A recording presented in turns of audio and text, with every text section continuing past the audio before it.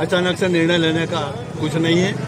2014 से मैं लगातार अपने प्लाट की रजिस्ट्री के लिए प्रयासरत रहा और अभी 13 दिसंबर 2023 को अपर न्यायालय इंदौर से मैं अपना केस जीत चुका हूं। मेरे पक्ष में निर्णय हो चुका था। मैंने वो समय सीमा में जो पत्र थे, आदेश थे, वो आदेश यहाँ प्रस्तुत किए।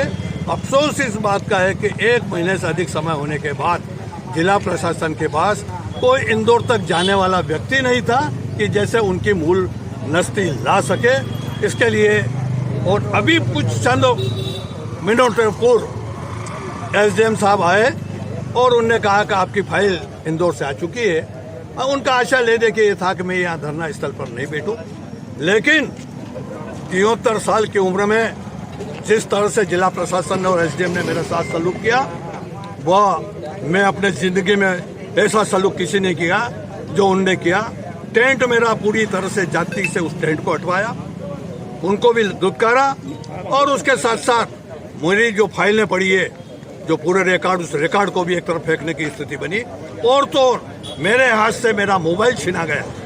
मैं उनको कह रहा हूं कि सर मुझे पानी पीना है, मेरे भाई को मोबाइल लगाने दो। मान लो उस 5 मिनट में कोई अनहोनी घटना घट जाती पानी के अभाव में, तो क्या स्थिति बनती। किसी का मोबाइल छीनना यह कोई तरीका है? कब पूछेगा, कब सुशासन की बात होगी? क्यों इतनी ढोल पीटते हैं? इतनी बार जन सुनवाई में आवेदन देने के बाद कुछ नहीं होता है। सीएम ऑनलाइन जब शिकायत करते हैं उसके बाद जिला प्रशासन दबाव बनाता है कि आप अपनी शिकायत को वापस लीजिए और उसके बाद सूचना के अधिकार में जो जानकारी मांगी जाती है उस सूचना के अधिकार की जानकारी नहीं दी जाती है। मेरे बाद के 5 लोगों के प्लाट की रजिस्ट्री किस आधार पर हुई, ये जाँच का विषय है। जब तथाकथित तहसीलदारों ने ये जाँच दी और पहले चरण में उनने प्लाट की वहाँ से जानकारी भेजी कि इनका प्लाट बगीचे की भूमि में है। साल 1.5 साल बाद जब जानकारी भेजी गई तो उसमें बताया गया कि इनका प्लाट सड़क पर है। जब मैं पूरे प्रमाण दे रहा हूँ, उस प्रमाणों के बाद किसी तरह के किसी को, एक सीनियर सिटीजन को परेशान करना, ये कहाँ तक न्याय है? फूंक से मौसम बदलते नहीं, कुछ आंधिया जेब में रखा कीजिए, कुछ आंधिया जेब में रखा। इतना टूट चुका हूँ कि छीना शुरू कर जाऊंगा बस्ती में। इन 9 साल में मेरे पिताजी चले गए, मेरा भाई चला गया, मेरे अंकल चले गए, आंटी चले गई। अब 73 साल की उम्र उनके जाने के बाद मैं मकान बनूंगा, मुझे क्या सब कुछ मिलेगा? है ये स्थिति है प्रशासन की और सुशासन का ढोल पीटते हैं। और मैं आपको बताना चाहता हूँ, जन सुनवाई में जब भी मैं गया, ग्रामीण अंचल के जो लोग आते हैं उनको धुतकारा जाता है। और अभी तक तो ठीक, लेकिन एक राष्ट्रपति पुरस्कार प्राप्त शिक्षक, 3 बार राज्यपाल से सम्मानित और इतने घर पर सर्टिफिकेट पड़े उनके लगाने की जगह नहीं, उसके साथ ऐसा सलूक। मैं 5 मिनट का समय मांग रहा हूँ, 5 मिनट का समय जिला पर, और अंतिम में आके कह रहे हैं कि आप यहाँ बैठ नहीं सकते हो।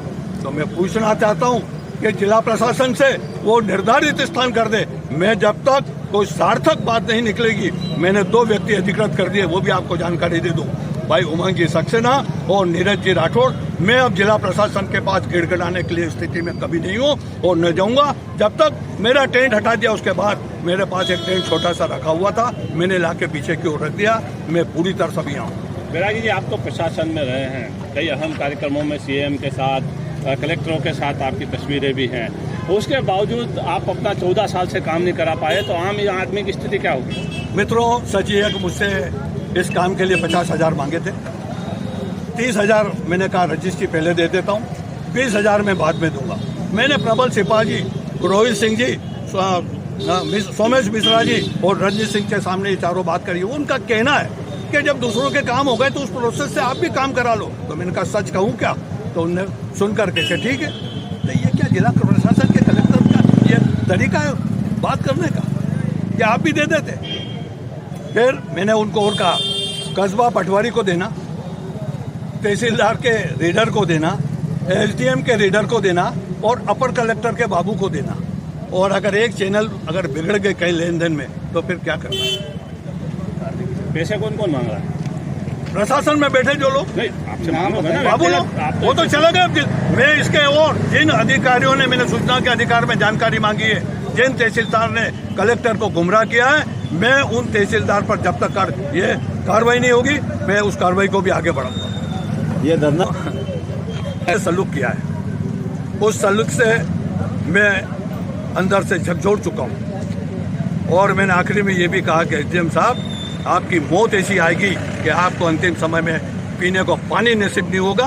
आपने एक ब्राह्मण को धक्का दिया है, एक बैरागी को धक्का दिया, एक ईमानदार शख्स के साथ जो सलूक किया है, ऐसा सलूक अब मैं तो ये चाहता हूँ आप मीडिया के माध्यम से इस बात को प्रदेश के मुखिया माननीय डॉक्टर मोहन जी यादव साहब तक पहुँचाइए और उनको यह महसूस हो कि क्या स्थिति है। कृष्ण तेरे राज में सुदामा बेहाल है, कृष्ण तेरे राज में सुदामा बेहाल है। नाम बता दीजिए एक बार आपका। जयेंद्र बैरागी। अब पद कहाँ से बनूं और कहाँ समाप्त करूं बहुत मुश्किल है। मैंने अपनी बॉडी को देहदान कर दी है।